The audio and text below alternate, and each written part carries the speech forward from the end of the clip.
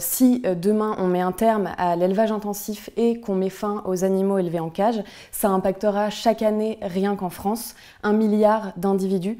Donc c'est là en fait qu'il y a vraiment la masse des animaux qui sont concernés, quoi. Bonjour, je m'appelle Barbara Boyer, je travaille pour l'association L214. Alors oui, il y a quelques jours, Barbara Pompili, la ministre de la Transition écologique, a annoncé certaines mesures pour les animaux sauvages détenus en captivité. C'est des mesures qui étaient attendues depuis un certain temps par les associations de défense des animaux. Néanmoins, maintenant, on attend aussi la suite, à savoir que là, ça concerne, c'est des mesures qui sont importantes, il faut s'en réjouir, elles sont symboliques, mais elles concernent un petit nombre d'individus. Nous, maintenant, ce dont on a envie, c'est qu'il y ait des vraies mesures qui soient prises sur les mesures qui concernent le plus grand nombre d'individus, et en l'occurrence c'est l'élevage. Et ça fait là aussi des années, et c'est ce qu'on porte avec le référendum, on demande la fin de l'élevage intensif et la fin de l'élevage des poules en cage.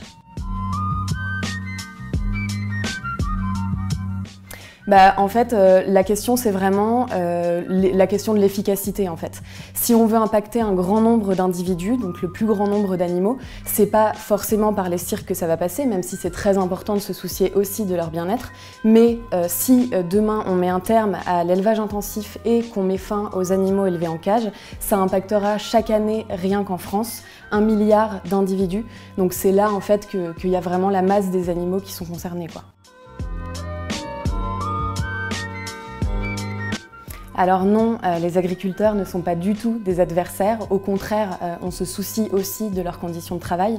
Je pense qu'il faut différencier deux choses en fait quand on parle d'élevage. Il y a des cas particuliers avec des éleveurs qui vont parfois perdre pied, et on observera des cas de maltraitance dans certains élevages. Et après, c'est ce à quoi nous, on prête plus particulièrement attention, c'est le système d'élevage. Le système d'élevage intensif, aujourd'hui, il représente 80% des animaux qu'on élève en France. Et pour nous, c'est vraiment ça qui est important, c'est les maltraitances structurelles de ce mode d'élevage qui sont inhérentes en fait à tous les élevages où on voit des animaux qui sont enfermés dans des bâtiments, dans des cages, qui n'ont pas accès à l'extérieur. Et ça crée des souffrances importantes pour les animaux. Donc nous, ce qu'on cherche à remettre en question, c'est un modèle agricole, et c'est pas vraiment les individus en fait, c'est vraiment la question du choix de société qu'on fait en aujourd'hui investissant massivement dans l'élevage intensif. Alors effectivement, on encourage évidemment à réduire la consommation de viande et des autres produits animaux, avec bien sûr ce message aussi qui est qu'aujourd'hui, on a la possibilité de se passer de consommer ces produits-là, et du coup, si on peut le faire, on pense que d'un point de vue éthique, on devrait le faire. Néanmoins, la priorité, là, tout de suite, maintenant, c'est vraiment de s'attaquer aux pires pratiques d'élevage, celles qui font le plus souffrir les animaux et qui, aujourd'hui, représentent 80% des animaux qu'on élève. Aujourd'hui, il y a 3 millions d'animaux qui sont tués chaque jour dans les abattoirs en France. Il est vraiment important qu'on puisse réinterroger notre consommation. Alors, d'un point de vue éthique, bien sûr, on soulève la question de notre légitimité aujourd'hui à tuer 3 millions d'animaux par jour dans les abattoirs rien qu'en France, alors que c'est pas une nécessité. Mais pour nous, la priorité, elle est évidemment de remettre en question les pratiques les plus cruelles, les plus dommageables pour les animaux, à savoir les pratiques d'élevage intensif, des mutilations, et aussi certaines méthodes d'abattage, comme par exemple le fait d'abattre les animaux sans étourdissement, de gazer les cochons au dioxyde de carbone, ou de suspendre les poulets par les pattes avant de les baigner dans un bain électrifié. Voilà, il y a tout un tas de pratiques qu'on peut aujourd'hui remettre en question, déjà pour éliminer les plus grandes souffrances qui sont imposées aux animaux.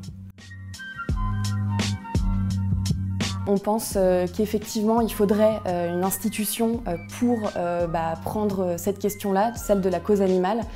Pourquoi? Parce qu'aujourd'hui, la question du bien-être animal, comme on l'appelle, elle est sous la tutelle du ministère de l'Agriculture.